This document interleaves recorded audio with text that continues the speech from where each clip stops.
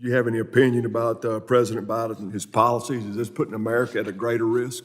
I think statistically it's undeniable. If you have 50,000 additional people and you have no confirmation of their background, their criminal records, their past affiliation or present affiliation with the government or any of its entities, I think it's almost certain that a proportion, probably very small, but a proportion of them are coming here with the intent to, at some point, do some harm.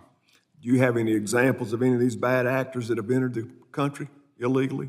Well, one recent example that struck me was in March of this year in 29 Palms in California, there was a Chinese man who I think had crossed the border illegally and been released, who attempted to get onto the military base. And at the time, the local headlines, the local press said he was confused and he said he was lost, he didn't know where he was going. And I wrote at the time in an op-ed that, geez, if you were going to try to scope out a base and try to get some basic intel and figure out what the security procedures were at U.S. military bases, what better way than to send some, excuse me, but a doofus.